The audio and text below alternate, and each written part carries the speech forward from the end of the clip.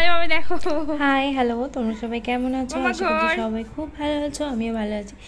দেখো আমার ছোট রাধা। কিন্তু একটা কথা বলে রাখি আগে, জন্মাষ্টমীর দিন কোনো রকম কারণবশত আমি ওকে সাজাতে পারিনি। ওর খুব শখ ছিল এবছরও আর বছরের মতো রাধা সাজবে, সেই জন্যে আজকে দুপুরবেলা ওকে রাধা সাজালাম। তো এটা একটা ছোট্ট প্রচেষ্টা, কেমন হয়েছে জানি না। তো অত সুন্দরভাবে হয়তো সবার মতন আমি সাজাতেও পারি না, কারণ আমি নিজেই মেকআপ করতে পারি না। আর মামার পাপা এমনভাবে এপাশ ওপাশ ঘুরছিল, আমি বারবার বলছি সরে যাও, কথাই শুনছিল না। তো তারপর মামামকে বলছিলাম মামাম একটু ঘুরে দাঁড়াও, একটু ঘুরো। তো ও খুব আনন্দ পাচ্ছিল সেজে। আর এত আজকে রোদ ছিল, রোদ গরমের মধ্যে ও এত মজা করছিল, ভীষণ ছোটাছুটি করছিল, যেন মনে হচ্ছিল আজকেই ওর জীবনের সমস্ত কিছু আনন্দটা পেয়ে গেছে। তো এরকম ও সাজতে কিন্তু ভীষণ ভালোবাসে, আর আমিও সাজাতে ভালোবাসি।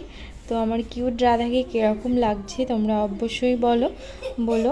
আর প্লিজ আমার পাশে থেকো, সুন্দর লাগছে, কেউ স্কিপ করো না, ভিডিওটা প্রথম থেকে শেষ পর্যন্ত দেখো।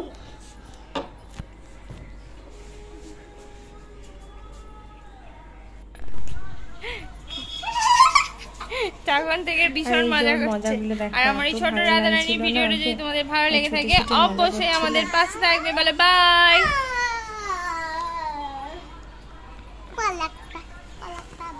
একটু সরে যেয়ে দাঁড়াও। আর আমি আমাদের বাড়ির বাইরে, মানে গেটের বাইরে গিয়েছিলাম ওকে নিয়ে একটু রিলস বানাতে বা ছবি তুলতে। আর এখানে ওর কানেরটা আটকে গিয়েছিল, আমার রাধার আটকে গেছে, কানের আটকে গেছে। দাঁড়া, আমি খুলে দিচ্ছি, দাঁড়া।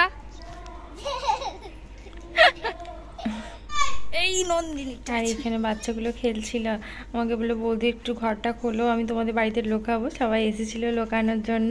আর মাম্মা এখানে বলছে মাম্মাকে খেলতে যেতে দাও না। আমি বলছি তুমি আগে ড্রেসটা চেঞ্জ করে আসবে, চলো, তারপর খেলবে ওদের সাথে। তো আর দাঁড়িয়ে দেখছে।